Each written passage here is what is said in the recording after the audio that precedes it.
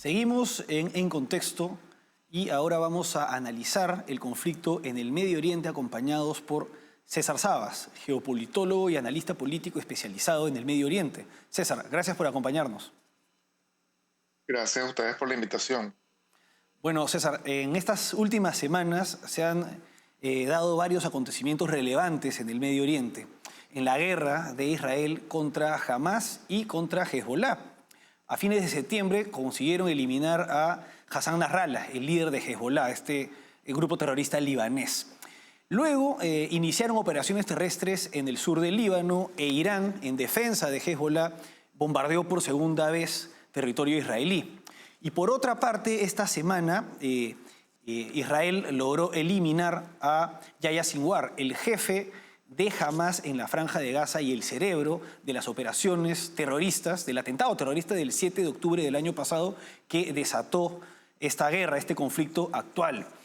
Empecemos con el frente en la Franja de Gaza. César, ¿qué importancia y qué repercusión va a tener la eliminación del líder de Hamás, de Yahya Sinwar? Va a tener un impacto sobre todo moral, porque, bueno, era el líder del movimiento Hamas, de su movimiento terrorista. Formaba parte del ala más radical de Hamas, los que se han opuesto a cualquier tipo de negociación, cualquier tipo de acuerdo, cualquier tipo de cese al fuego. Y digamos que él estaba siendo buscado desde hace un año por el ejército de Israel para como mínimo capturarlo, pero si no, para eliminarlo.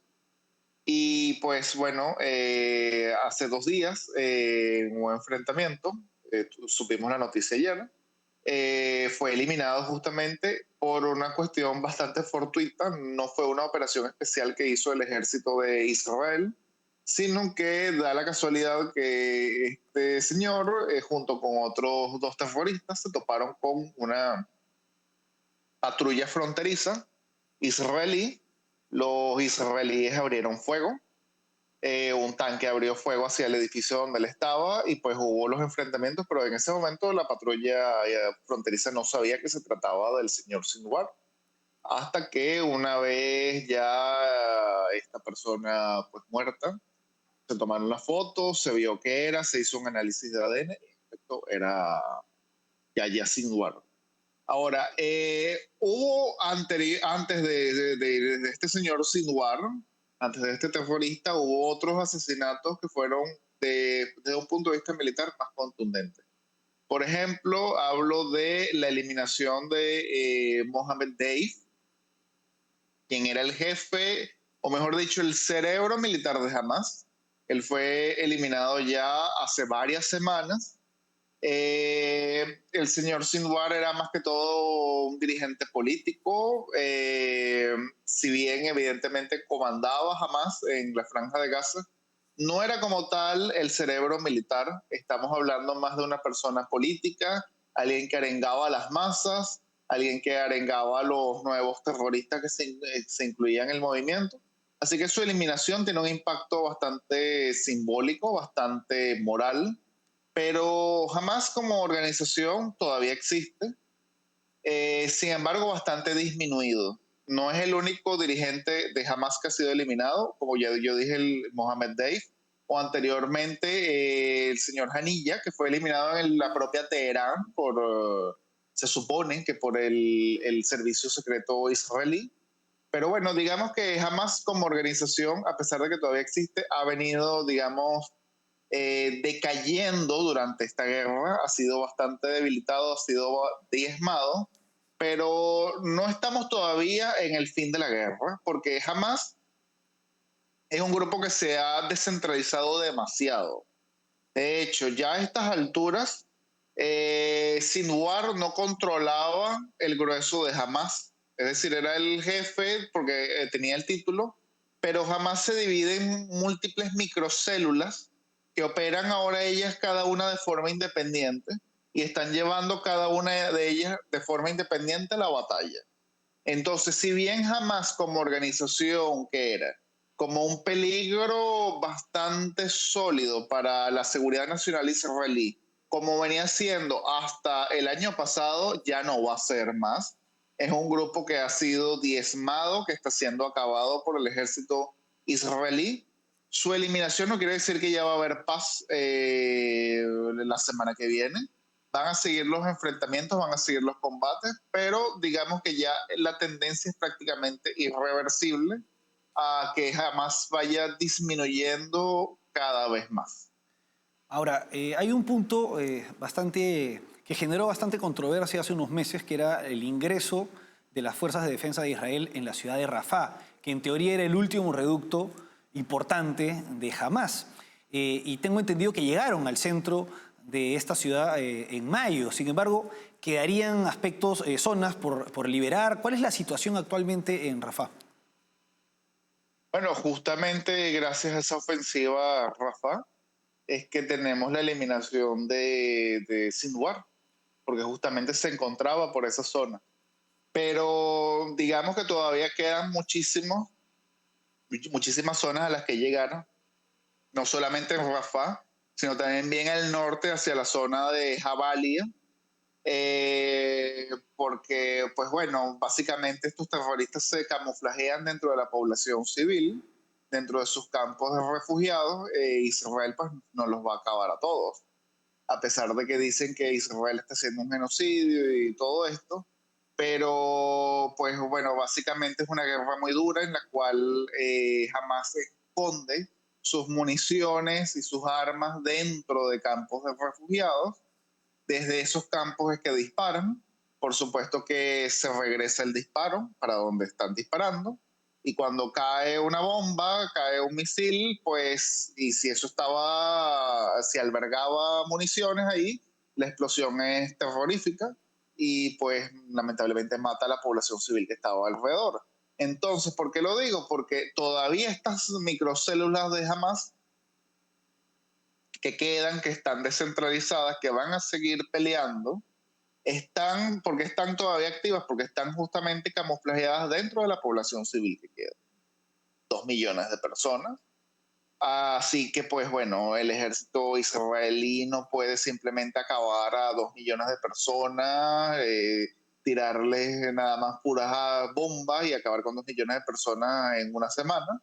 Como no lo puede hacer, pues bueno, tiene que seguirse haciendo este tipo de operaciones en las cuales el ejército israelí entra a una zona, sabía con previa información de que habían unos terroristas, los aniquilan, luego vuelve a salir, pero otros terroristas lograron camuflajearse, van a volver a disparar, entonces digamos que es un tira y afloja que va a seguir un tiempo más.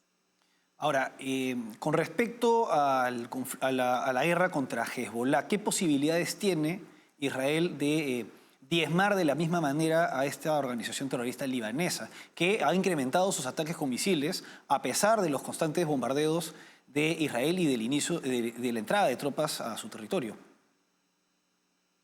Bueno, ojo, ya hablar de Hezbollah son palabras mayores, porque de hecho ni siquiera es considerado por el Mossad hoy en día un grupo terrorista, sino un ejército terrorista. Es por lo menos 10 veces más poderoso que el Hamas, por lo menos, y tiene un apoyo iraní mucho más directo que el que tenía Hamas, que ya estamos hablando de palabras mayores, y la geografía es muy distinta. Gaza es muy pequeña. Aquí en el caso del Hezbollah estamos hablando ya de todo el sur del Líbano, más la mitad de Beirut, más otra parte más hacia el norte del Líbano que se llama el Valle del Bekaa. Tienen frontera con Siria, lo cual le permite la llegada de suministros o inclusive de voluntarios entre comillas, combatientes que pueda mandar a Irán, milicianos que vengan de Irak, de Siria, de cualquier otro país, y alimentar la guerra. A Gaza era un territorio mucho más pequeño que Israel la pudo aislar, entonces no le llega jamás suministros, no le llega combatientes. Y de paso, la otra característica que diferencia es que Gaza es completamente plana. El sur del Líbano, estamos hablando de una zona montañosa. Así que digamos que una operación terrestre israelí en el sur del Líbano, un lugar mucho más abierto, donde le van a llegar suministros al Hezbollah, de paso es montañoso, pues va a ser mucho más complicado. No está planteado, por lo menos en estos momentos, una invasión a gran escala de Israel al Líbano, ni siquiera del sur del Líbano, sino pequeñas incursiones para ir destruyendo la infraestructura que tenía o que tiene Hezbollah cerca de la frontera con Israel. Tienen todavía una infraestructura terrorista, estamos hablando de túneles, de almacenes de armas muy grande, muy sofisticada, por medio de la cual amenazaba a la población israelí del norte, que ha tenido que evacuar sus hogares y quiere, por supuesto, regresar después de un año de guerra, y que podía lanzar un atentado muchísimo peor de lo que hizo Hamas el 7 de octubre del año pasado. Entonces, básicamente, en estos momentos, digamos, lo que busca Israel en el sur del Líbano es debilitar la infraestructura terrorista, pero no degradar el Hezbollah al punto en el que jamás está siendo degradado en Gaza, porque estamos hablando, como ya lo dije, de palabras mayores. Ameritaría una guerra de muchísima más intensidad y hoy en día no sabemos si los aliados occidentales de Israel, sobre todo Estados Unidos, están en la capacidad industrial de proveer la suficiente cantidad de municiones que necesitaría Israel para una guerra regional a gran escala, no solo con el Hezbollah, sino con Irán, sabiendo que la guerra en Ucrania no ha acabado y que los rusos están produciendo armas como que si no hubiese mañana. César, ahora cambiemos de escenario. Vamos al Extremo Oriente, específicamente al conflicto entre la República Popular China y la isla de Taiwán. ¿En qué se diferencian las pretensiones de la China de hoy sobre Taiwán de las que existieron y han existido pues, desde la fundación de la República Popular China, pero antes del gobierno de Xi Jinping? Bueno, algo que hay que tomar en cuenta es que ambos países se llaman China. De hecho, el nombre oficial de Taiwán no es Taiwán, sino República de China. Y la China continental, la China de Xi Jinping, se llama República Popular China. Básicamente esta división viene de la guerra civil china, en la cual se enfrentaron los nacionalistas y los comunistas. Los comunistas se quedaron con el control del continente, llamaron a China Popular, y los nacionalistas se fueron a Taiwán, fundaron su República de China, pero ambos querían la reunificación de China, solo que bajo sus condiciones. Pero digamos que el tiempo le ha dado la victoria a los comunistas, que son los de Xi Jinping hoy en día, y pues es la que se ha convertido en la superpotencia. Y Xi Jinping dice que bueno, que ya es la hora, que es esta generación de los chinos la que va a ver la reunificación de China, por las buenas o por las malas. Lo ha dejado claro por todos los medios habidos y por haber. Y desde que el año pasado la señora Nancy Pelosi tuvo la idea de visitar a Taiwán, esto generó muchísima molestia dentro del gobierno chino, lo tomaron como una provocación y desde ese momento han venido haciendo una serie de ejercicios militares cercando a Taiwán cada vez más y especialmente la línea media, porque estamos hablando del continente y la isla Taiwán. Entre la isla y el continente hay un estrecho que se llama el Estrecho de Taiwán, por donde pasa el 30% del comercio mundial. Y es tan importante porque, pongo un ejemplo, cada 30 minutos tiene que pasar por ese estrecho un barco metanero o petrolífero para mantener la economía japonesa a flote. Tiene que pasar por ese estrecho. Bueno, hasta el año pasado en ese estrecho había una línea a la mitad, se llamaba la línea media, por medio de la cual había un acuerdo tácito de los chinos continentales, los de Xi Jinping, no traspaso esa línea media y los taiwaneses tampoco. Después de la llegada o de la visita de la señora Pelosi, los chinos están pasando ampliamente esa línea media. De hecho, se aproximan a las costas taiwanesas, ya rodean a Taiwán. Lo hicieron aquella vez cuando visitó Pelosi, pero desde ese momento han venido haciendo los ejercicios cada cierto tiempo, es aleatorio.